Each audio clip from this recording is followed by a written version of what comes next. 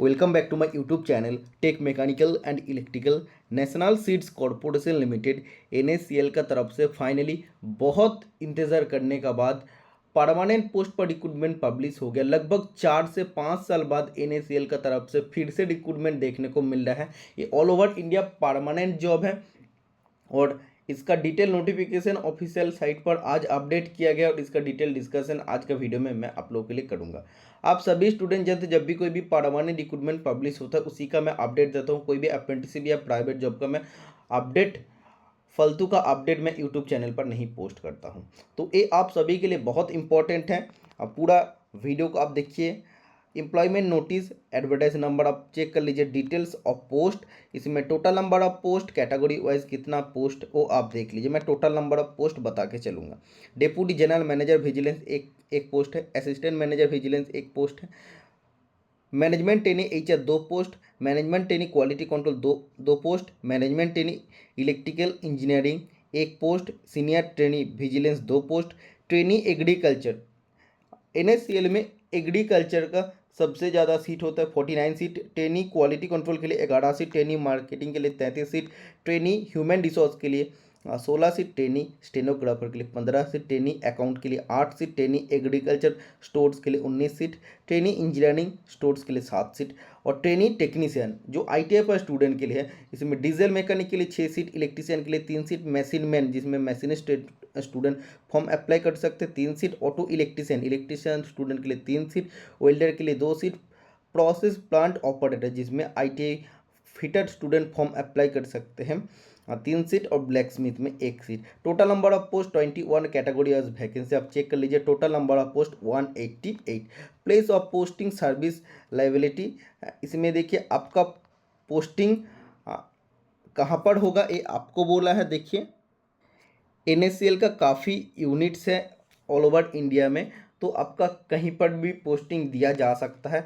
वो इसका डिपार्टमेंट का ऊपर डिपेंड करेगा। आप देख लीजिए essential qualification and experience others, इसमें आप चेक कर लीजिए। जैसे deputy manager, deputy general manager, DGM के लिए देखिए MBA HR या 2 years post graduate degree diploma in industrial relations otherwise personal management या लेबर वेलफेयर या MSW/MA भी हो सकता है, LLB आपका होना चाहिए और इसमें मार्क्स क्राइटेरिया 60%। जो अब सभी स्टूडेंट जो सबसे ज़्यादा मेरा ऑडियंस है वो ITI पास का स्टूडेंट है, उसी के बारे में डिस्कशन करते हैं। ट्रेनी टेक्नीशियन का डिस्कशन करते हैं। देखिए ट्रेनी टेक्नीशियन इसमें ITI सर्टिफिकेट आपका होना चाहिए, fitter, electrician, auto electrician, welder, diesel mechanic, tractor mechanic, machine man, black Smith with minimum 60% marks होना चाहिए और इसके साथ साथ 1 साल का अप्रेंटिसशिप सर्टिफिकेट होना चाहिए और अप्रेंटिसशिप सर्टिफिकेट आपका NCVT अप्रूव होना चाहिए। ओके, ये आपको समझ आ गया है। ITI में आपका 60% मार्क्स होना चाहिए और पीरियड ऑफ ट्रेनिंग आपका ज्वाइनिंग होने का बाद 1 साल का ट्रेनिंग चलेगा और मैक्सिमम और 6 साल भी आपका ट्रेनिंग पीरियड एक्सटेंड हो सकता है, बट ऐसा कंफर्म नहीं है। ओके, अप्रॉक्सीमेट मंथली इमोलमेंट्स या स्टाइपेंड कितना मिलेगा, जिसका ट्रेनिंग चलेगा उसको स्टाइपेंड मिलेगा। जैसे ट्रेनिंग के लिए आप देख लीजिए consolidated stipend included DA during the training period आपको 24,616 रुपये हर महीना मिलने वाला है। ओके, उसके बाद जब आप परमानेंट पोस्ट पर चले जाएंगे तो जब आपका ट्रेनिंग ख़त्म हो जाएगा तो तब आपका परमानेंट पोस्ट पर सैलरी मिलेगा। देखिए ट्रेनी पोस्ट के लिए अपर एज लिमिट 27 ईयर्स है। SC/ST स्टूडेंट को 5 साल और OBC स्टूडेंट को 3 साल का रिलैक्सेशन मिलेगा। ये चीज़ आप देख लीजिए। तो 27 ईयर्स में या 27 ईयर एज के बीच में जो भी स्टूडेंट आप लोग हैं आप लोग फॉर्म अप्लाई कर सकते हैं, कोई दिक्कत नहीं है इसमें। और इसमें सबसे पहले देख लीजिए पोस्ट वाइज आपका कितना स्टेज में एग्जामिनेशन होगा। तो जैसे हम लोग ट्रेनी का डिस्कशन कर रहे हैं तो ट्रेनी का स्टेज 1 होगा कंप्यूटर बेस्ड, स्टेज 2 में आपका based on the marks of CBT and skill test. In case of trainee stenographer HR candidate will be called for documents verification, तो डायरेक्ट डॉक्यूमेंट्स वेरिफिकेशन के लिए बुलाया जाएगा और मेन जो ट्रेनी स्टूडेंट है उसको कंप्यूटर बेस्ड टेस्ट होगा, उसके बाद स्किल टेस्ट होगा। ओके, इसका बाद देखिए, candidate should apply for only one post, एक ही पोस्ट के लिए आप अप्लाई कर सकते हैं, जो बहुत ज़्यादा इंपॉर्टेंट है।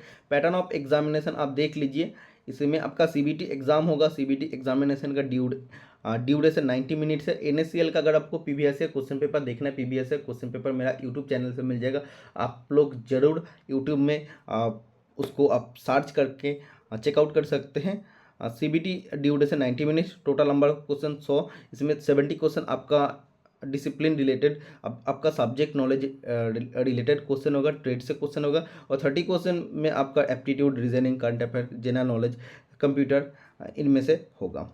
ओके, कंप्यूटर में एमएस ऑफिस इंग्लिश लैंग्वेज रहेगा। मार्क्स पर करेक्ट क्वेश्चन, हर एक सही क्वेश्चन पर आपको 1 मार्क्स मिलेगा, और गलत आंसर होने पर 0.25 मार्क्स डिडक्ट हो जाएगा। मैक्सिमम मार्क्स 100, क्योंकि मैक्सिमम क्वेश्चन आपका 100, maximum qualifying marks 35, minimum 35 marks आपको लाना है सीबीटी एग्जाम को क्वालिफाई करने के लिए।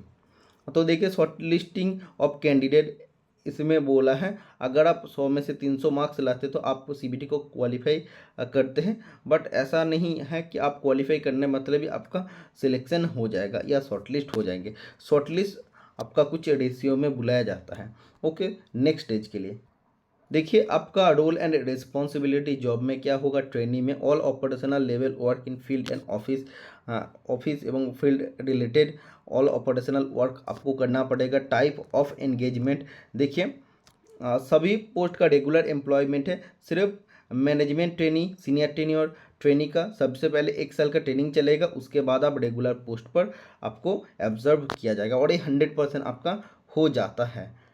ओके, देखिए, इसमें बॉन्ड भी होता है। आपका बॉन्ड 1,40,000 का रहेगा ट्रेनिंग पोस्ट के लिए, अलग अलग पोस्ट के लिए अलग अलग बॉन्ड रहेगा। जैसे सीनियर ट्रेनिंग के लिए 1,70,000। तो इसमें SC ST जो भी ट्रेनिंग पोस्ट में फॉर्म अप्लाई करने वाले उसके लिए 70,000 का बॉन्ड रहेगा, और ये 100 रुपीज़ का स्टैम्प पेपर में आपको बॉन्ड बनाकर लेके जाना पड़ेगा। ओके, ये चीज़ आपको समझ आ गया है। नेक्स्ट देखिए, एप्लीकेशन फ़ी 500 रुपीज़ है, आपको पेमेंट करना है, और बाकी जैसे SC ST PWD को पेमेंट करने का कोई ज़रूरत नहीं है। नेक्स्ट देखिए, जो इसका ऑनलाइन एप्लीकेशन शुरू हो रहा है 26 तारीख से शुरू हो रहा है। 26 अक्टूबर 2024 ऑनलाइन एप्लीकेशन करने का लास्ट डेट 30 नवंबर 2024। कंप्यूटर बेस्ड टेस्ट कंडक्ट होने का डेट 22 दिसंबर 2024 टेंटेटिव। 22 दिसंबर 2024 एक टेंटेटिव डेट दिया गया, बाकी तो ऑफिशियल साइट पर अपडेट करते जाएगा। तो आप लोग इसका हिसाब से देखिए, एलिजिबल है तो फॉर्म अप्लाई कीजिए। फॉर्म अप्लाई करने के लिए वीडियो मैं अलग से पोस्ट करूँगा, देख के आप वीडियो को फॉर्म को ज़रूर अप्लाई कर दीजिए। और मैं इसके लिए स्पेशल आप लोगों के लिए गाइड करूँगा, क्योंकि मैं इसका प्रीवियस रिक्रूटमेंट में देखा भी हूँ, और इसका प्रीवियस पेपर मेरे पास ऑलरेडी था, मैं यूट्यूब पर ऑलरेडी डिस्कस कर चुका हूँ, आप लोग यूट्यूब में जाके चेक कर सकते हैं। तो आज के लिए इतना। वीडियो पसंद है तो वीडियो को लाइक कर दीजिए, चैनल को सब्सक्राइब कर लीजिए। Tata, bye bye.